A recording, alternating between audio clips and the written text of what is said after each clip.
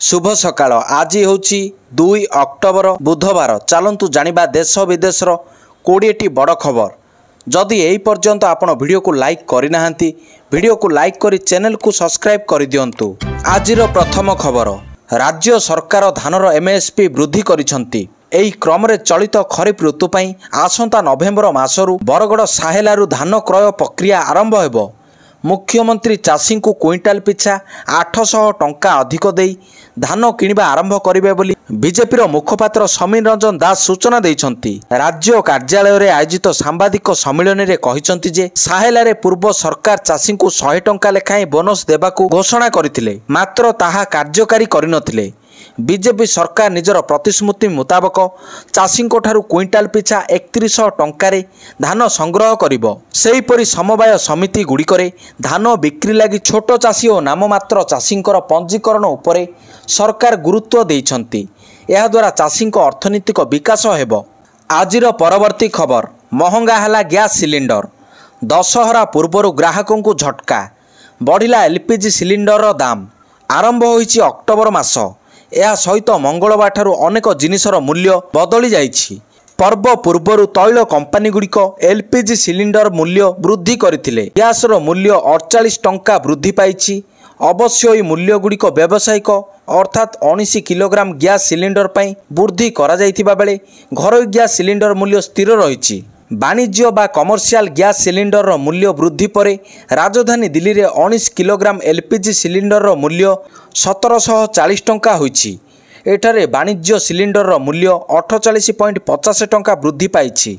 एहा पूर्वरु एठारे 19 kilogram cylinder 1691 टंका रे उपलब्ध थिला। परवर्ती खबर, प्रताप जेना को आश्वस्ति। महंगा डबल मर्डर मामला। वरिष्ठ बीजेडी नेता प्रताप जेना को आश्वस्ति।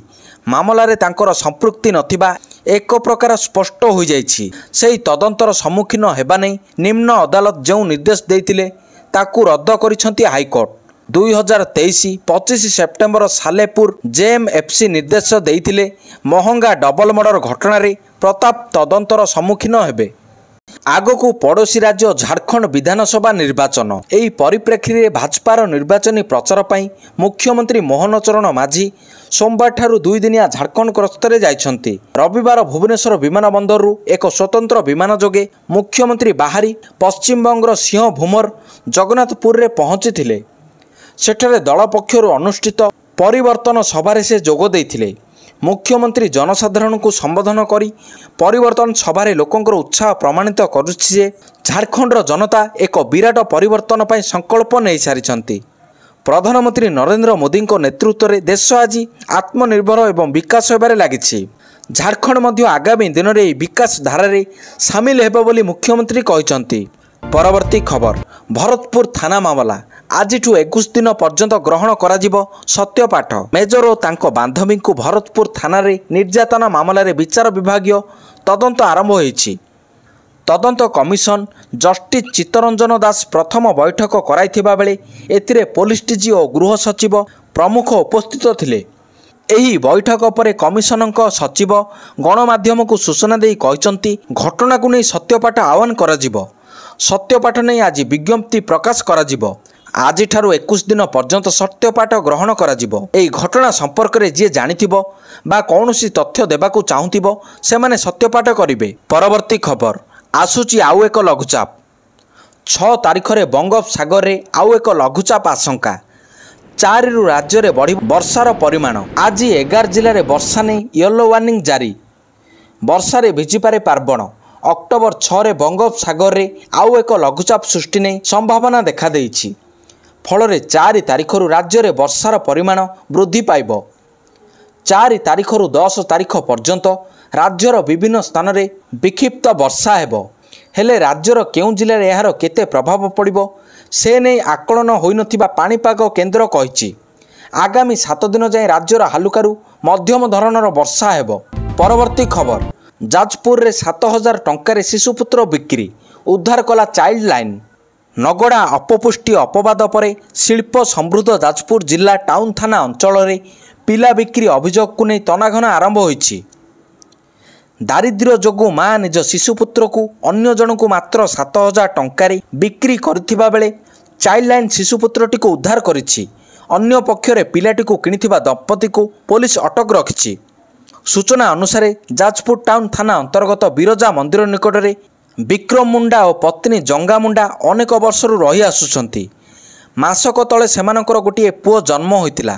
ଦାରିଦ୍ର୍ୟ ଯୋଗୁଁ ଉଭୟଙ୍କର ଚଳିବାରେ ସମସ୍ୟା ହେବାରୁ ଜଙ୍ଗା ତାଙ୍କ ଶିଶୁପୁତ୍ରକୁ ଟାଉନ ଥାନା ଅଙ୍କୁଲା ଅଞ୍ଚଳର ମୋହନ ଜେନାଙ୍କୁ ରଖିବାକୁ ଦେଇଥିଲେ। ମୋହନ ପିଲାକୁ ନିଜ ପାଖରେ ନ ରଖି ସମ୍ପର୍କୀୟ ଟାଉନ ଥାନା ଅନ୍ତର୍ଗତ ହଳଦୀପଦା ଅଞ୍ଚଳର ଜଳିଆ ଜେନାଙ୍କୁ ଦେଇଥିଲା। ଏହାର ପ୍ରତିବଦଳରେ ମୋହନ ଶିଶୁପୁତ୍ରର ମାଆକୁ 7,000 ଟଙ୍କା ଦେଇଥିଲା। ତେବେ ମା ଜଙ୍ଗା ମୁଣ୍ଡାକୁ ପୁଅର ସ୍ତନ୍ୟପାନ କରାଇବାକୁ ଯାଉଥିଲେ। ମାତ୍ର ଶିଶୁପୁତ୍ରକୁ ରଖିଥିବା ଜଳିଆଙ୍କର ପରିବାର ପକ୍ଷରୁ ଶିଶୁର ମାଆକୁ ସ୍ତନ୍ୟପାନ କରିବାକୁ ବାରଣ କରାଯାଇଥିଲା। ପରେ ଜଙ୍ଗା ନିଜ ପୁଅକୁ ଫେରାଇ ଦେବାକୁ କହିଥିଲେ। ମାତ୍ର ଜେନା ପରିବାର ଟଙ୍କା ଦେଇ ପିଲା କିଣିଥିବାରୁ ପିଲାକୁ ଫେରାଇବାକୁ ମନା କରିଦେଇଥିଲେ। ଏ ସମ୍ପର୍କରେ ଖବର ପାଇବା ପରେ ଥାନା ଅଧିକାରୀ ଶରତ ପାତ୍ର ଶିଶୁ ସୁରକ୍ଷା ଅଧିକାରୀଙ୍କୁ ଜଣାଇଥିଲେ। ଏହାପରେ ଶିଶୁ ସୁରକ୍ଷା ଅଧିକାରୀ ନିରଞ୍ଜନ କରଙ୍କର ନିର୍ଦ୍ଦେଶ କ୍ରମେ ଚାଇଲ୍ଡ ଲାଇନ୍ର ସଂଯୋଜକ ବୀରେନ୍ଦ୍ର ଦାସ ଓ ପୋଲିସ ମିଳିତ ଭାବରେ ଚଢ଼ାଉ କରି ଶିଶୁପୁତ୍ରକୁ ଉଦ୍ଧାର କରି ଥାନାକୁ ଆଣିଥିଲେ। ଶିଶୁ ମଙ୍ଗଳ କମିଟିରେ ଶିଶୁକୁ ହାଜର କରାଯିବ ବୋଲି ଜଣାପଡ଼ିଛି। ପରବର୍ତ୍ତୀ ଖବର, ହସ୍ପିଟାଲରେ ଭର୍ତ୍ତି ହେଲେ ଗୋବିନ୍ଦା। ଫ୍ୟାନ୍ସ ପାଇଁ ଦୁଃଖଦ ଖବର, ଆହତ ହେଲେ ଷ୍ଟାର ତଥା ଶିବସେନା ନେତା ଗୋବିନ୍ଦା। ଗୋଡ଼ରେ ଗୁଳି ବାଜିବା କାରଣରୁ ତାଙ୍କୁ ମୁମ୍ବାଇର ଏକ ହସ୍ପିଟାଲରେ ଭର୍ତ୍ତି କରାଯାଇଛି। ନିଜ ଗୁଳିରେ ଗୋବିନ୍ଦା ଆହତ ହୋଇଥିବା ନେଇ ମୁମ୍ବାଇ ପୋଲିସ ପକ୍ଷରୁ ସୂଚନା ଦିଆଯାଇଛି। ନିଜ ଲାଇସେନ୍ସ ପ୍ରାପ୍ତ ବନ୍ଧୁକରୁ ଭୁଲବଶତଃ ଗୁଳି ବାଜିଥିବା ସୂଚନା ମିଳିଛି। ପରବର୍ତ୍ତୀ ଖବର, କଟକ ଉପକଣ୍ଠରେ ବାଘ ଆତଙ୍କ। କଟକ ନିଶ୍ଚିନ୍ତ କୋଇଲି ବ୍ଲକ ଅସୁରେଶ୍ୱର ପଞ୍ଚାୟତରେ ବାଘର ଆତଙ୍କ। କୁଲ ଗାଇଶାଳ ଗାଁରେ ବାଘ ବୁଲୁଥିବାର ଭିଡ଼ିଓ ସିସିଟିଭିରେ କଏଦ ହୋଇଥିବା ପ୍ରଚାର ହେବା ପରେ ଆତଙ୍କିତ ଅବସ୍ଥାରେ ଅଛନ୍ତି ଅଞ୍ଚଳବାସୀ। ସୋମବାର ସନ୍ଧ୍ୟାରେ ଏକ କଲରପତରିଆ ବାଘ ବୁଲୁଥିବାର ଗ୍ରାମବାସୀ ଦେଖିଥିବା କହିଥିଲେ। ଏନେଇ ବନ ବିଭାଗକୁ ଖବର ଦେବା ପରେ ବନର କର୍ମଚାରୀମାନେ ଘଟଣାର ତଦନ୍ତ ଆରମ୍ଭ କରିଛନ୍ତି। ଅଜଣା ଜନ୍ତୁ ପ୍ରକୃତରେ ବାଘ କି ନୁହେଁ ତାର ତଦନ୍ତ କରୁଛି ବନ ବିଭାଗ। ପରବର୍ତ୍ତୀ ଖବର, ଶିକ୍ଷକ ନିଯୁକ୍ତି ଦାବିରେ 4ରେ ବନ୍ଦ ଡାକରା ଦେଲା ମିଳିତ କାର୍ଯ୍ୟାନୁଷ୍ଠାନ କମିଟି। ଶିକ୍ଷକ ନିଯୁକ୍ତି ଜିଲ୍ଲା ଭିତ୍ତିକ କରାଯାଉ, ଅନ୍ତତଃ ଏହି ଡି ଗ୍ରେଡ୍ ପଦବୀକୁ ଜିଲ୍ଲା ଭିତ୍ତିକ କରାଯାଉ ବୋଲି ଗତକାଲି ସନ୍ଧ୍ୟାରେ ମିଳିତ କାର୍ଯ୍ୟାନୁଷ୍ଠାନ କମିଟି ପକ୍ଷରୁ ଦାବି କରାଯାଇଛି। ଆସନ୍ତା 4 ତାରିଖରେ 12 ଘଣ୍ଟିଆ ଅଖଚକ ଦୋକାନ ବଜାର ସରକାରୀ କାର୍ଯ୍ୟାଳୟ ସ୍କୁଲ ଓ କଲେଜ ବନ୍ଦ କରାଯାଇ ଧାରଣା ଦିଆଯିବ ବୋଲି ସ୍ଥାନୀୟ ନିଶାଣୀମୁଣ୍ଡା ସଭାଗୃହରେ ଏକ ସାମ୍ବାଦିକ ସମ୍ମିଳନୀରେ କମିଟିର ଆବାହକ ତଥା ଜିଲ୍ଲା ଆଦିବାସୀ ମହାସଂଘର ସଭାପତି ଶିବ ମୁଦୁଲି, ପରାମର୍ଶଦାତା ରୂପକ ତୁରକ, ପଦ୍ମନାଭ ଜାନି, ଜଗନ୍ନାଥ ହନ୍ତାଲ, ସମାଜସେବୀ ମନସ୍ୱିନୀ ଟ୍ରାକି, ବୈକୁଣ୍ଠ ମଣ୍ଡଳ ଆଦି କହିଛନ୍ତି। ସକାଳ 6 ଘଣ୍ଟାରୁ ସନ୍ଧ୍ୟା 6 ଘଣ୍ଟା ପର୍ଯ୍ୟନ୍ତ ବନ୍ଦ ଡାକରା ଦିଆଯାଇଛି। ପରବର୍ତ୍ତୀ ଖବର, ହବିଷ୍ୟାଳୀଙ୍କ ପାଇଁ ବଡ଼ ଖବର। ଚଳିତ ବର୍ଷ କାର୍ତ୍ତିକ ବ୍ରତ ପାଳନ ପାଇଁ ପୁରୀରେ ସମ୍ପୂର୍ଣ୍ଣ ମାଗଣାରେ ହବିଷ୍ୟାଳୀ ମା'ମାନଙ୍କୁ ରଖିବା ପାଇଁ ହବିଷ୍ୟାଳୀ ଯୋଜନା କାର୍ଯ୍ୟକାରୀ ହେବ। ରାଜ୍ୟ ସଂସ୍କୃତି ବିଭାଗ ପକ୍ଷରୁ ଅନୁମତି ମିଳିବା ପରେ ଏନେଇ ପ୍ରସ୍ତୁତି ଆରମ୍ଭ ହୋଇଛି। ଆସନ୍ତା ଅକ୍ଟୋବର 18 ତାରିଖରୁ ହବିଷ୍ୟାଳୀ ଶିବିର ଆରମ୍ଭ ହେବ। କାର୍ତ୍ତିକ ବ୍ରତଧାରୀ ହବିଷ୍ୟାଳୀ ମା'ମାନଙ୍କୁ ସମ୍ପୂର୍ଣ୍ଣ ମାଗଣାରେ ରହିବା ସହିତ ମହାପ୍ରସାଦ ସେବନ ବ୍ୟବସ୍ଥା ମଧ୍ୟ ହେବ। ସେହିପରି ଶ୍ରୀମନ୍ଦିର ମହାପ୍ରଭୁଙ୍କ ଦର୍ଶନ ପାଇଁ ହବିଷ୍ୟାଳୀ ମା'ମାନଙ୍କ ପାଇଁ ସ୍ୱତନ୍ତ୍ର ବ୍ୟବସ୍ଥା ହେବ। ଚଳିତ 2500 ହବିଷ୍ୟାଳୀ ମା'ଙ୍କୁ ସ୍ୱତନ୍ତ୍ର ହବିଷ୍ୟାଳୀ ଶିବିରରେ ରଖାଯିବ। ସେହିପରି ଚଳିତ ବର୍ଷ ଅଧିକ ହବିଷ୍ୟାଳୀ ମା'ଙ୍କୁ ସାମିଲ କରିବା ପାଇଁ ସରକାରଙ୍କର ଲକ୍ଷ୍ୟ ରହିଛି। ପରବର୍ତ୍ତୀ ଖବର, ଅକ୍ଟୋବର 5ରେ ମିଳିବ ପିଏମ୍ କିଷାନ ଯୋଜନା ଟଙ୍କା। ଚାଷୀଙ୍କ ଆକାଉଣ୍ଟକୁ ଯିବ 9,50,00,000। ମହାରାଷ୍ଟ୍ରରୁ ଯୋଜନା 18ତମ କିସ୍ତିରେ ପ୍ରଦାନ କରିବେ ପ୍ରଧାନମନ୍ତ୍ରୀ। ଚାଷୀଙ୍କ ଖାତାକୁ ଯିବ 9,50,00,000 ଟଙ୍କା। ଅକ୍ଟୋବର 5ରେ ମିଳିବ ପିଏମ୍ କିଷାନ ଟଙ୍କା। 20,000 କୋଟି ଟଙ୍କାର ଆର୍ଥିକ ସହାୟତା ଦିଆଯିବ। ମହାରାଷ୍ଟ୍ରରୁ ସିଧାସଳଖ ଚାଷୀଙ୍କ ଆକାଉଣ୍ଟକୁ ଟଙ୍କା ପଠାଯିବ ବୋଲି ନରେନ୍ଦ୍ର ମୋଦି କହିଛନ୍ତି। ଦେଶର ଅନେକ ପ୍ରକାର ଯୋଜନା ଚାଲିଛି, ଯାହା ମାଧ୍ୟମରେ ପ୍ରାୟ ପ୍ରତ୍ୟେକ ଯୋଗ୍ୟ ବ୍ୟକ୍ତି ଉପକୃତ ହେଉଛନ୍ତି। ଏଥିପାଇଁ ଭାରତ ସରକାର ଓ ରାଜ୍ୟ ସରକାର ବିଭିନ୍ନ ପ୍ରକାର ଯୋଜନା ଚଳାଇଛନ୍ତି। ଏହି ଯୋଜନା ମାଧ୍ୟମରେ ଆର୍ଥିକ ସହାୟତା ବ୍ୟତୀତ ସବସିଡି ଇତ୍ୟାଦି ଯୋଗାଇ ଦିଆଯିବ। ଏଭଳି ଏକ ଯୋଜନା ଅଧୀନରେ ଯୋଗ୍ୟ କୃଷକମାନଙ୍କୁ ଆର୍ଥିକ ସହାୟତା ପ୍ରଦାନ କରାଯାଇଛି ଏବଂ ବର୍ତ୍ତମାନ ପରବର୍ତ୍ତୀ ଅର୍ଥାତ୍ 18ତମ କିସ୍ତି ଜାରି ହେବାର ତାରିଖ କୁହାଯାଇଛି। ସରକାରଙ୍କ କହିବା ଅନୁଯାୟୀ ଏବେ 5 ଅକ୍ଟୋବର 2024ରେ 18ତମ କିସ୍ତି ପ୍ରଦାନ କରାଯିବ। ପରବର୍ତ୍ତୀ ଖବର ଜିଲ୍ଲା ଭିତ୍ତିକ ଶିକ୍ଷକ ନିଯୁକ୍ତି ଦାବି ହଟ୍ଟଗୋଳ ଯୋଗୁଁ ନିଯୁକ୍ତି ସ୍ଥଗିତ। ନବରଙ୍ଗପୁର ପରେ ମାଲକାନଗିରି ଜିଲ୍ଲାରେ ତେଜିଲା ଜିଲ୍ଲା ଭିତ୍ତିକ ନିଯୁକ୍ତି।